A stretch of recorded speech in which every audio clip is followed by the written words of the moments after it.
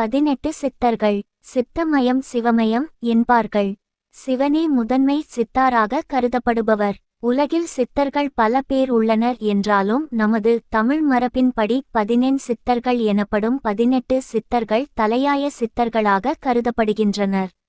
அவர்கள் முறையே திருமூலர் 10, கொங்கணர் இராமதேவ சித்தர் 11, பதஞ்சலி, அகத்தியர் 12, நந்தி தேவர், இடைக்காடர் 13, போத குரு, தன்வந்திரி 14, பாம்பாட்டி சித்தர், வால்மீகி 15, சட்டை முனி, கமலமுனி 16, சுந்தரானந்தர், போகர் 17, குதம்பை சித்தர், மச்சமுனி 18, கோரக்கர், அகத்தியர். 18 சித்தர்களில் முதன்மையானவராக கருதப்படுகிறார் அகத்தியர். இவரது குரு சிவபெருமான். சித்தர்களுக்கெல்லாம் தலைவர் என அறியப்படுகிறார். தமிழ் சித்த மருத்துவ முறைகளை இந்த உலகிற்கு அளித்த மகான். கடுமையான தவத்தின் வாயிலாக பல சித்திகளை பெற்றவர். தமிழ் இலக்கிய விதிமுறையான அகத்தியம் என்னும் நூலை எழுதியவர்.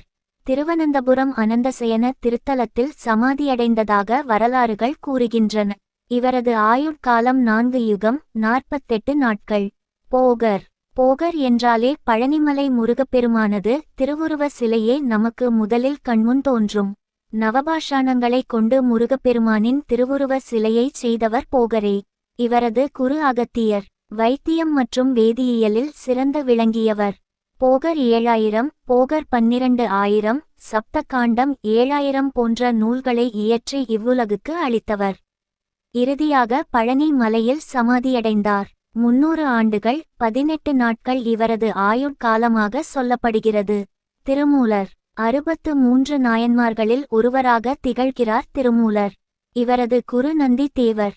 மூலன் என்ற இடையனின் உடலினுள் புகுந்து ஆண்டுக்கு ஒரு பாடல் என்ற வீதத்தில் 3000 பாடல்களை பாடி திருமந்திரம் என்னும் நூலை இயற்றினார். சிதம்பரம் நடராஜ பெருமான் கோவிலில் சமாதி கொண்டார். இவரது ஆயுட்காலம் 3000 ஆண்டுகள் 13 நாட்கள்.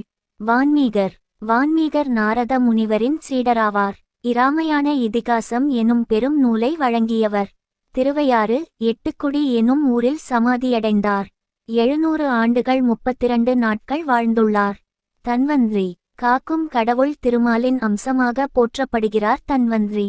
ஆயுர்வேத மருத்துவ முறையை இவ்வுலகுக்கு அளித்தவர். வைத்தீஸ்வரன் கோயிலில் சமாதி அடைந்துள்ளார். இவர் வாழ்ந்த காலம் 800 ஆண்டுகள் 32 நாட்கள். இடைக்காடர். இடைக்காடு எனும் ஊரில் வாழ்ந்தவர். இவரது குரு போகர், கருவூரார்.